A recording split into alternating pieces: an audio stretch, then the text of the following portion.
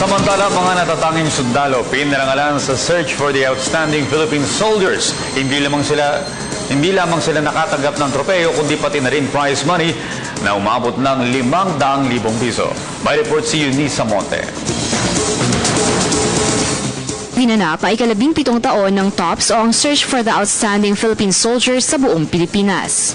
Sa pangunguna ni Acting Chief of Staff Lieutenant General Glorioso Miranda, binigyan ng pagkilala ang mga natatanging sundalo na may kamanghamanghang nagawa sa bayan.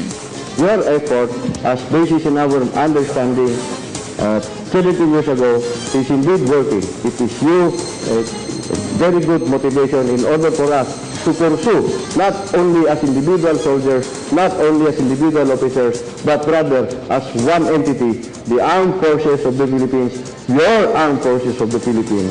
Mula sa 88 nominees, pinili lamang ang 10 sa pinakamagagaling na sundalo. Ang mga awardees ay ang 4 na commissioned officers at 6 na personnel mula sa Philippine Army, Philippine Navy, Philippine Air Force at mula sa Technical and Administrative Service ng Armed Forces of the Philippines. Kabilang sa mga awardees ay sina Lieutenant Colonel Eli Glenn Villaflor, Technical Sergeant Danilo Ramos, Technical Sergeant Bernardo Labao Takbas, Lieutenant Colonel Wilfredo Manalang Jr., Staff Sergeant Albert Eliazar, Intelligence Specialist Chief Fernando Parcon, Lieutenant Colonel Oliver Banyaria, Master Sergeant Abel Lim Idusma, Technical Sergeant Adersen Avellana, at Colonel Jocelyn Turla. Ang bawat isa ay nakatanggap ng 500,000 pesos cash at trophy. Ayon naman sa President ng Metrobank Foundation, layunin ng TOPS na bigyang halaga ang katapangan, sakripisyo at husay ng hukbong sandatahang lakas ng Pilipinas.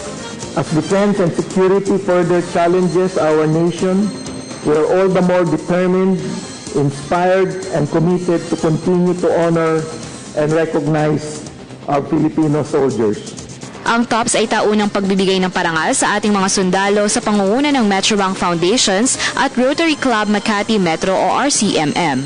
Ang mga awardees ay dumaan sa masusing proseso ng pagpili ng mga preliminary judges at final board of judges na kapwa galing sa iba't ibang sektor ng lipunan. Para sa Telebisyon ng Bayan, ako si Eunice Monte.